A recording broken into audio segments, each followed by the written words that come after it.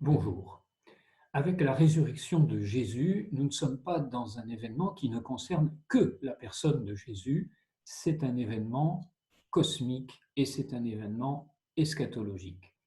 Cosmique parce que nous voyons que l'évangile de Matthieu particulièrement insiste sur le fait qu'il s'agit de convoquer l'ensemble de la création et des éléments donc effectivement cosmiques sont cités. Et puis un événement eschatologique, car les détails qui sont cités à l'issue de la mort de Jésus sont de nature à évoquer le jour de Dieu, le fameux jour du jugement, et c'est ce que nous voyons en examinant le chapitre 27 de l'évangile de Matthieu. Chapitre 27. Et donc, voyons à partir de la mort de Jésus, Jésus poussant de nouveau un grand cri, rendit l'esprit, verset 50. Et voici que le rideau du sanctuaire se déchira en deux depuis le haut jusqu'en bas, la terre trembla et les rochers se fendirent. Donc la terre tremble une première fois et les rochers se fendent. Donc le monde minéral, en quelque sorte, est agité. euh, et nous voyons ensuite au verset 52, les tombeaux s'ouvrirent, les corps de nombreux saints qui étaient morts ressuscitèrent, et sortant des tombeaux après la résurrection de Jésus, ils entrèrent dans la ville sainte et se montrèrent à un grand nombre de gens. Donc ces morts qui ressuscitent, il est précisé, sortant des tombeaux après la résurrection de Jésus. Donc il y a des corps qui ressuscitent, donc il semble que tout cela se passe à à la mort de Jésus, mais en réalité, ces ressuscités, là, ou ces corps de saints qui ressuscitent, apparaissent, entrent dans la ville sainte. Donc on voit déjà la perspective apocalyptique de Jérusalem qui n'est pas désignée seulement comme par le nom de la commune, mais par son appellation théologique, la ville sainte. Donc cette Jérusalem céleste en quelque sorte, et cette Jérusalem est devenue la ville sainte, et donc ces morts viennent à la suite de Jésus. Donc Jésus, en fait, inaugure le jour de Dieu, il inaugure déjà la fin, d'une certaine manière, la fin du monde, à la vue du tremblement de terre et de ces événements, etc. Donc, de nouveau, on réinsiste sur le tremblement de terre et ces événements de nature évidemment cosmique.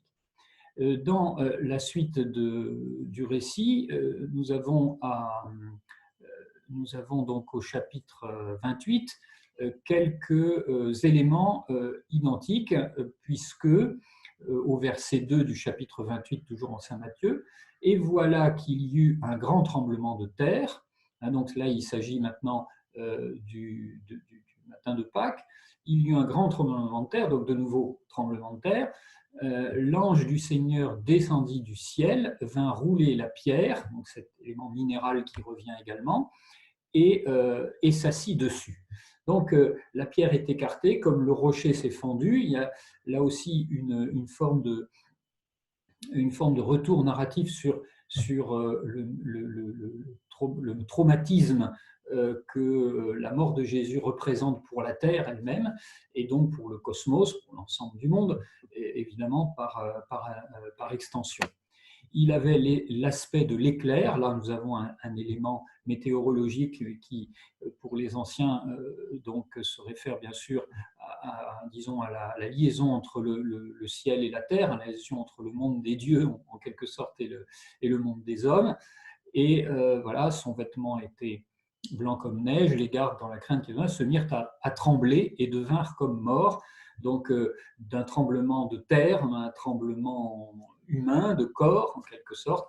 Voilà. Et donc, nous voyons, grâce à cet enchevêtrement d'éléments cosmiques et d'éléments anthropologiques, comment ces phénomènes soulignent la dimension apocalyptique de la mort et de la résurrection, qui finalement se répondent l'un l'autre à travers ces éléments cosmiques. Donc le Christ, on peut dire, est, nous l'avons vu à la fin du chapitre 27 de Matthieu, est le premier des morts à ressusciter. Les autres suivront, Puisque on voit qu'il se présente dans la ville sainte, les autres suivront. Et ce thème se retrouve chez saint Paul, par exemple à la première épître aux Corinthiens, chapitre 15, verset 20. Le Christ est ressuscité des morts, prémisse de ceux qui sont morts. Donc, premier-né, hein, que dira l'épître aux Romains au chapitre 8, verset 29, premier-né d'une multitude de frères. Donc, tous ces éléments un peu effrayants reprennent les prophéties traditionnelles du jugement dernier, qu'on trouve par exemple chez le prophète Amos au chapitre 8, verset 3, ou Esdras au chapitre 26, verset 19, Ézéchiel chapitre 37, verset 12, et le livre de Daniel chapitre 12, verset 2. Donc si nous visitons toutes ces références, nous retrouvons évidemment tous ces éléments comme pour dire, encore une fois, la fin du monde a déjà commencé et la naissance du nouveau monde, celle qui est le monde des ressuscités, qui sont accueillis dans la ville sainte, donc dans le lieu où Dieu vient, eh bien, ce monde, ce nouveau jour de Dieu, qui est jour de jugement, un jour terrible, mais aussi jour de justice, est arrivé. Et c'est ainsi que cette résurrection de Jésus ne concerne pas que Jésus, mais concerne la totalité des hommes et la totalité de ce qui a été créé.